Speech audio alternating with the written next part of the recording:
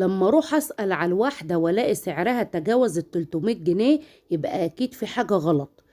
ليه نجيبها بالغلا لما بإيدنا نعملها بكل سهولة في البيت؟ ده انا من سهولتها بفكر ان انا معملهاش والله. فراخ الحاتي بكل سهولة في البيت، طريقة مميزة جدا، سهلة وبسيطة، طريقة معلم زي ما بيقولوها. يلا بينا نصلي على سيدنا محمد ونشوف الطريقة ونشوف مع بعض هنعمل ايه عشان نطلع فراخ الحاتي في البيت مستوية جدا، طريقة سهلة وبسيطة ومضمونة وواخدة كمان طعم الحاتي بتتبيلة، ولا أحلى ولا أروع. وكمان هقول لكم ازاي تكتموها صح عشان تاخد الطعم الصح، وكمان تاخد اللون الخطير المميز في الفرن.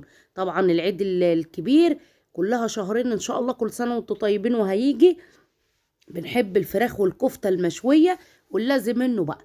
يلا بينا نصلي على محمد ونشوف الطريقة ونشوف مع بعض هنعمل ايه. عندي هنا حبايب قلبي اول حاجة فرخة بوزن كيلو ونص، لو ان شاء الله يا رب حتى فرخة 2 كيلو. التتبيلة اللي هتعملها دي هقولك ازاي هتبقى روعة جدا.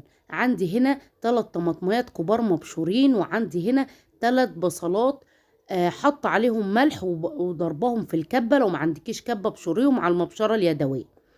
تمام. خدت منهم كده معلقة كبيرة من تفل البصل زي ما انتوا شايفين، وباقي ال3 بصلات هبدأ اعصر ميتهم بالطريقة اللي انتوا شايفينها دي.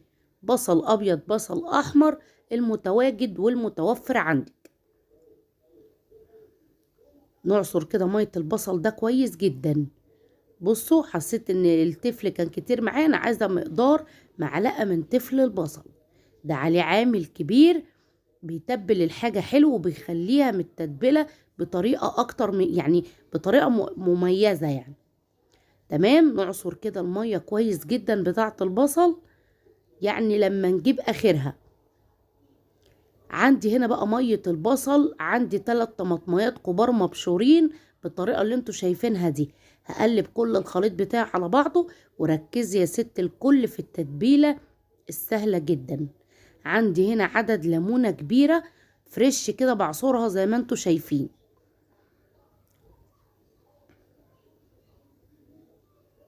بعد ما عصرت الليمونه نقلب، وبعدين نجيب حوالي معلقتين 3 كبار من اللبن. معلقتين 3 كبار من لبن الحليب. مهمة جدا الوصفة دي. ما نحط الزبادي لفراخ الحاتي. معلقتين 3 لبن، عليهم معلقة كبيرة من الخل الأبيض، عليهم معلقتين 3 كبار من الزيت، أي نوع زيت عندك. كده خلاص احنا خلصنا المكونات الأساسية بتاعت التتبيلة. تعالوا بقى بينا ندخل على البهارات، وهي حاجة سهلة جدا وبسيطة. عندي هنا ملح، وعندي معلقة كبيرة ممسوحة من السكر، وعندي فلفل أسمر، ومعلقة من ال7 بهارات. يبقى اللي هنحطه لتتبيلة الفراخ المشوية معلقة 7 بهارات صغيرة، عليها معلقة صغيرة من الفلفل الأسمر، عليها معلقة صغيرة من الملح، ومعلقة ممسوحة من السكر. السكر بيساعد عندي في تطرية سوى الفراخ. وهحط معلقة من صلصة الطماطم البيور، صلصة طماطم بيور اللي هي التقيلة شوية، اللي هي اللي بتبقى في البطرمانات. تمام. نقلب كده كل الخلطة وبس كده. هي دي الخلطة اللي عندي، بساطتها في سهولتها. عندي بقى فرخة هنا بوزن كيلو ونص. تمام. طبعا مغسولة وزي الفل وقشطة كده زي ما انتوا شايفين. هبدأ اشيل الجلد واعمل فتحات كده في الفرخة بالطريقة اللي انتوا شايفينها دي. يا رب حتى تعملوا وراك بس، صدور بس، اي حاجة عندكم. دي كانت فرخة كاملة. بصوا بقى نقطعها شرايح كده. نعمل التشققات في الفراخ دي بتخلي التتبيلة تدخل واللحمة كله يتبل. بصوا بقى بمسك حتة حتة وببدأ اني ادخل التتبيلة في الفتحات اللي انا عملتها في الفراخ، واتبل من تحت الجلد كويس جدا بالطريقة اللي انتوا شايفينها دي. عايزة اقول لكم الريحة بتاعت التتبيلة جايبة اخر الدنيا حرفيا. ولسه كمان لما تيجي تسويها في الفرن ريحتها هتطلع اكتر. بصوا بقى الفراخ انا مفتحاها ازاي. احشي كل الفتحات بالتتبيله الحلوه بتاعتي دي، وطبعا نبيت الفراخ في التتبيله. حابين نسيبها اليوم كامل من اول اليوم براحتكم، قبليها بيوم افضل وافضل، عشان خاطر التتبيله دي بتساعد على تسويه الفراخ. كده خلاص بدأنا بقى ان نحطها في الفرن. مولعه الفرن تسخن على درجه حراره 200.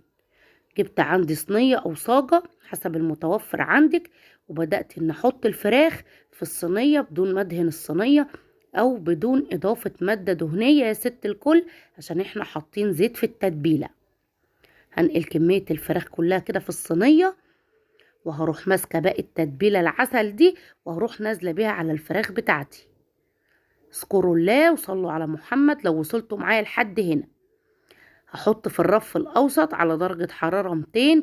لو فرنتك فيها مروحه يبقى تمام، ما فيهاش خلاص. هسيبها لحد ما تستوي وتاخد لي اللون القمر ده من غير ما اغطيها. بعد بقى ما استوت كده وطلعتها، بجيب عندي ورقه فويل كده بحطها في النص، وبسخن حتة فحم على النار عشان اديها بقى طعم الحاتي. بس الفراخ حتى من غير ما اديها الريحة هي طعمها تحفة، ولكن اضافة الفحم دي اضافة عشان خاطر تاخد ريحة الحاتي. حطيت كده معلقة زيت صغنونة كده، وهبدأ ان اجيب الفويل وهبدأ ان اقفلها كويس جدا، ونحط عليها صينية كمان نكتم الفويل بتاعنا بيها عشان تاخد الريحة. بس بساطتها في سهولتها. يا رب تكونوا استفدتوا من الفيديو بتاعي، ويا رب يكون بيوصل لكم كل جديد. كل سنة وانتم طيبين. ما تنسوش بقى تشوفوا الطريقة وتجربوها. بحبكم في الله. تنسوش اللايك والاشتراك. اشوفكم على خير. دمتم في امان.